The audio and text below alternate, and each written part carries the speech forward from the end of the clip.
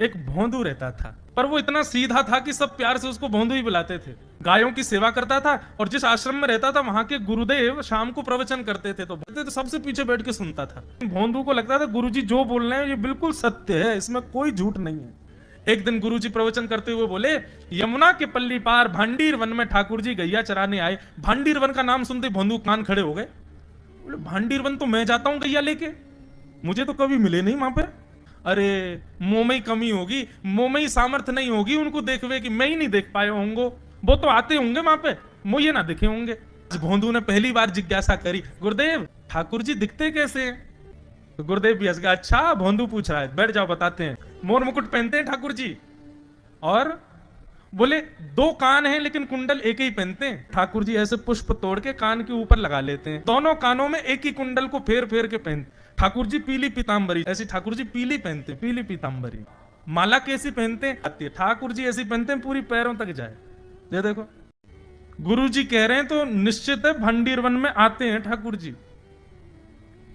भोंदू अपनी गैया लेकर के भांडीर वन पहुंच गया।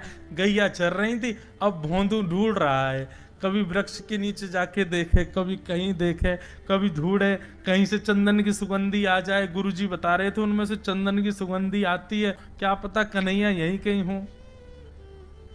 इतने भाव से, इतने प्रेम से और इतने भोलेपन से ढूंढने लगा ठाकुर जी को, और ठाकुर जी नहीं मिलते ना तो अपने आप को ही कोसता, मुंह में योग्यता ना होगी यही मारे ना मिल रहे, ठाकुर जी तो यही है। गुरु जी की बात गलत नहीं है, ठाकुर जी तो यही है। उसके उस सहज भाव पर, उसके उस सरल भोंदूपने पर ठाकुर जी रीझ गए।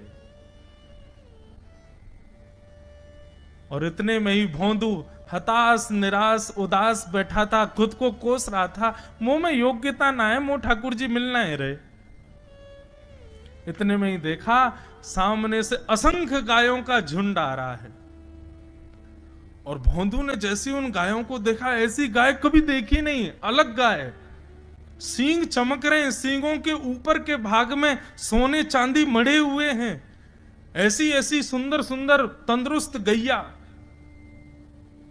तभी देख रहा है भोंदू, पीतांबरी पहनी है, गले में वैजंती माला धारण की है, सिर पर पाग पहनी है, एक कान में कुंडल है, मंद मंद मुस्कुरा करके दतुइयां दिखा रहे हैं, कटाक्ष नेत्रों से कभी इधर देख रहे हैं कभी उधर देख रहे हैं, अपनी वेणु को कमर में कस करके गैयाओं के गले में गलवैयां डाल करके श्याम सुंदर भोंदू की तरफ चलते भय आ रहे हैं।